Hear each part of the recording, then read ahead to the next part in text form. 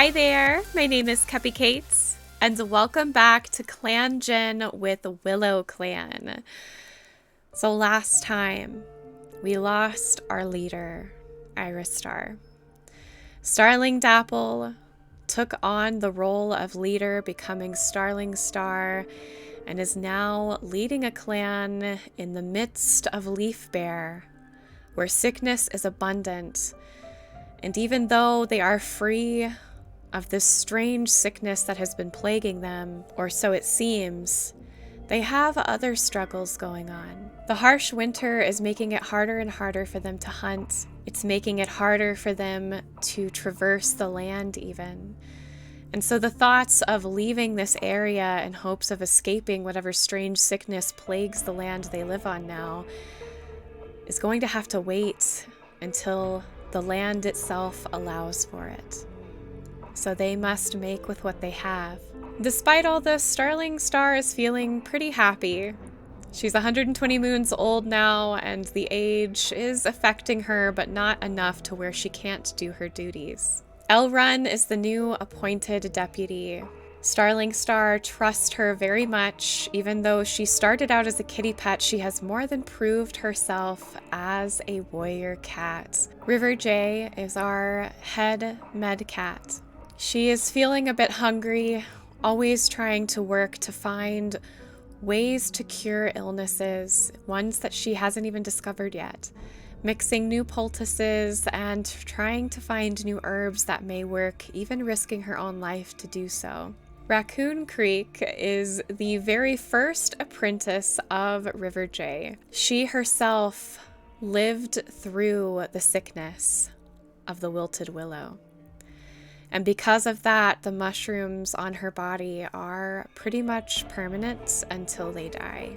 River J usually wouldn't risk hurting another cat for research, but she has plucked a few of the mushrooms. They do grow back, but the sickness itself is not making Raccoon Creek any worse. River J has also mentored Milk Spot, another medicine cat. He is currently sick, but fortunately not with the sickness of the wilted willow.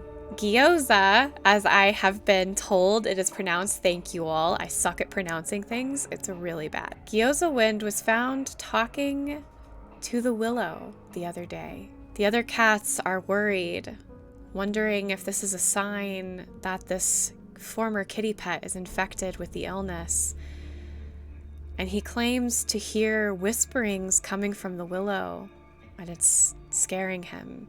But then many of the cats remember having the same feeling when they first came to this land, hearing whispers coming from the willow. They believed that it was maybe other cats in Star Clan trying to communicate with them, and they took it as a good omen and a good sign.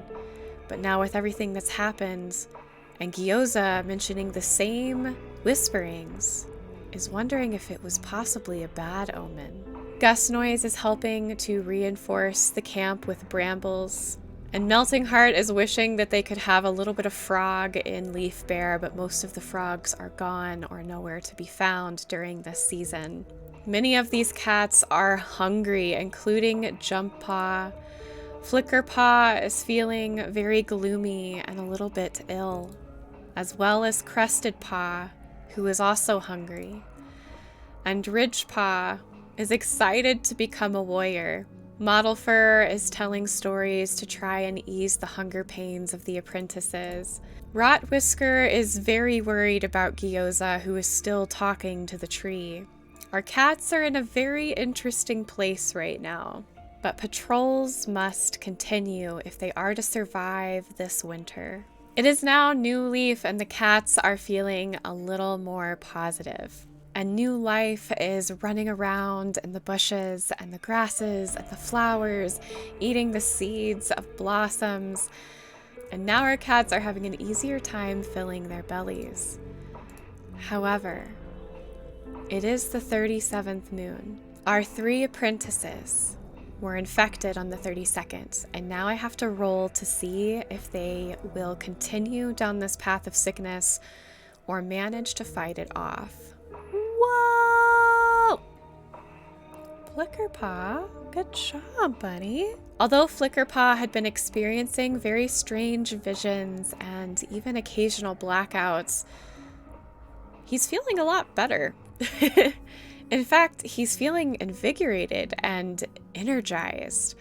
He's very excited to keep doing his training, and he even goes to his mentor, Melting Heart, excitedly asking, can we please do a border patrol today? However, Crusted Paw is not doing as well. He goes into the medicine den, claiming that he experienced a really harsh blackout and a nightmare involving the rushing river nearby. But the river, instead of being made of water, was made of these strange mushrooms that almost looked like waves, but they were growing and morphing, sucking up all of the water, growing out of the fish. River J knows exactly what this means and asks Crusted Paw if he would like to stay in the medicine den or continue his training. Crusted Paw wants to continue his training, but now he's scared by River J's reaction. Ridgepaw also hasn't been feeling well. He is lying down, not enthused to go out and have any sort of training today, and just chattering at the birds above. Elrun is very worried about Ridgepaw and decides that perhaps today is not a good day for training, and asks for him to go to the medicine den to be checked out. Ridgepaw will not train today. And now it is the next moon, Moon 38. Starling Star calls the clan to a meeting and declares that Flickerpaw is to be a warrior. They are now called Flickerbird, I love that name, and are celebrated for their forethought. Very, very cool. So Melting Heart must have been impressed with his initiative to go and border patrol, and now with that, Starling Star felt it was necessary to make him a warrior. Oh, now this is interesting. Gus Noise was seen racing along the border with their rival from Web Clan. Ridgepaw decides that they still want to train even while they aren't feeling well. Seeing Flickerpaw become Flickerbird was inspiring, and even though he hurts, he really wants to try. On the 39th moon, Crusted Paw was so busy helping another cat they were nearly late for their own warrior ceremony. They rushed to sit down, and Starling Star gazes proudly down at them as they name them Crested Whisker after their exemplar.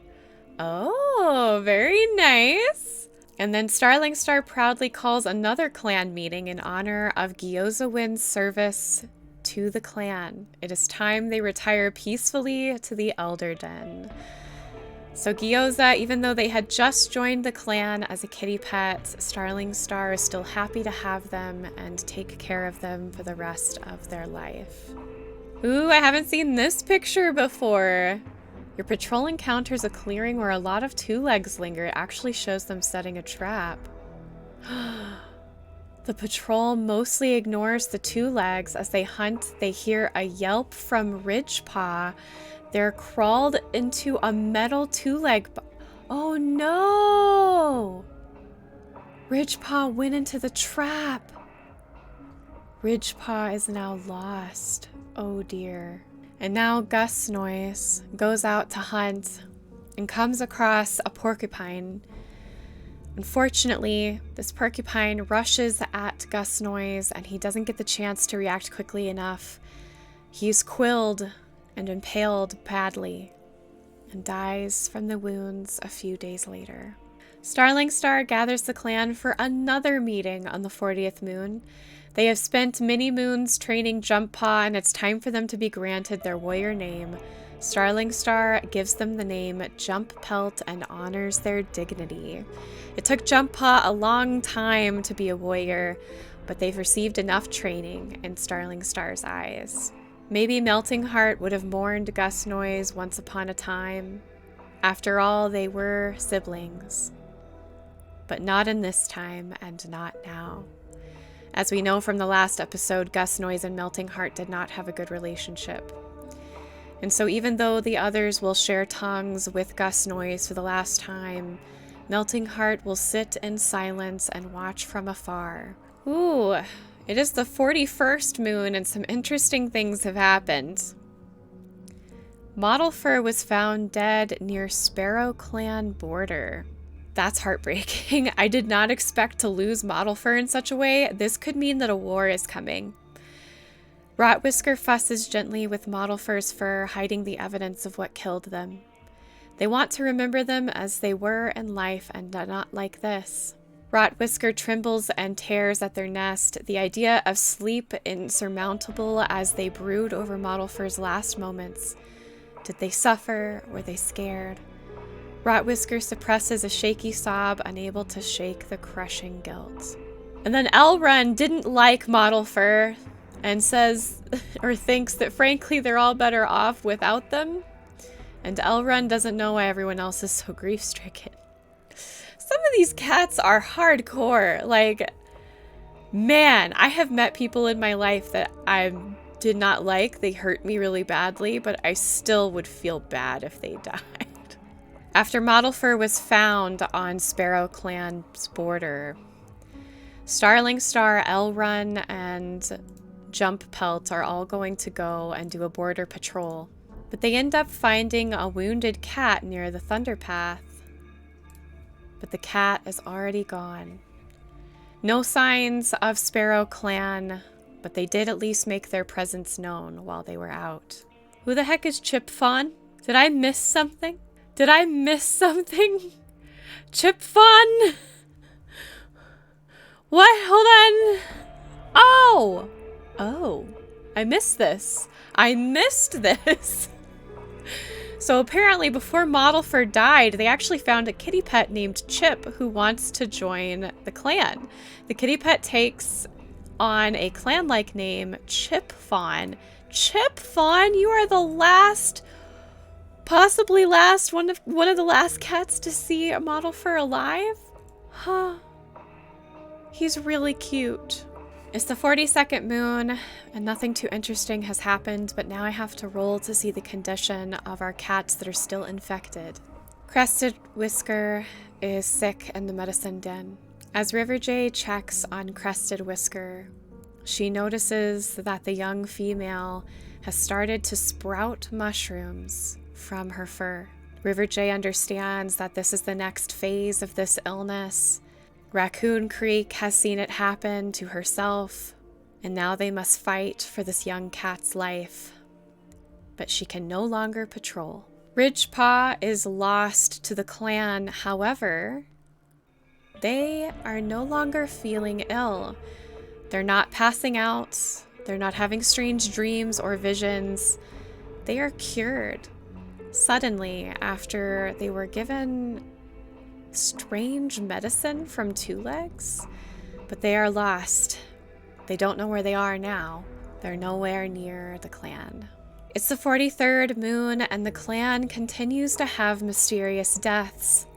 Gyoza Wind was discovered outside of the clan camp where they shouldn't have been, and they were also found dead, very similar to Mottle Fur, but not on the Sparrow Clan border. Now, Jump Pelt found a new rogue named Boo who wants to join the clan. The rogue decides to take on a more clan-like name and is now called Boo Rose, which is adorable. Let's go check out Boo Rose. Here is lovely Boo Rose, a female with a Sakoke. I'm probably saying that wrong. You can correct me in the comments down below. Just don't rage. Pelt, dark blue eyes, a short fur length, a sneaky warrior who's pretty smart and has a bit of experience. They're at least prepared.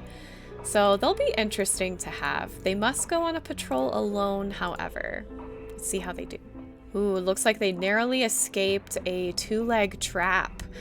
That was lucky.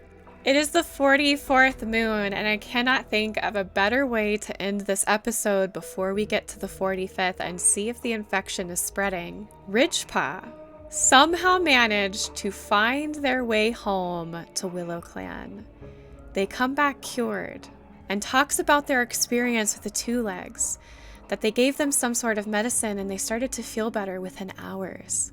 River Jay asked so many questions. What did they give you? What did it look like? Did they use herbs? But Ridgepaw can't really remember. But after this long journey, Starling Star decides that with such a huge feat finding their way back from Two Legs, Ridgepaw deserves a warrior name, and names him Ridge Goose, which I adore. But what a great way to end this episode before we get to the next one. We've had some new cats join the clan, and I do need to roll for them. I forgot, so we're gonna roll right now. So Chip Fawn was fortunately not infected when he joined the clan. However, Boo Rose was infected. I believe we got her on the 43rd moon, so I'm gonna make sure to write that down. I hope you liked this episode. It was a lot of patrolling, and we did have some interesting cats join, as well as Ridgepaw getting lost but finding their way back. I don't think we've ever experienced that before, so that was really cool. I'm really enjoying all the additions to the clangen game. It makes storytelling easier, it makes it better, it makes it more entertaining, even for me. I really enjoyed this, but if you did, make sure you tickle and poke that like button, subscribe to join our family if you haven't already, and jingle the bell so you're notified of when I post clangen videos. I love you guys. Thanks again for watching, and I will see you next week for more of Willow Clan. Bye!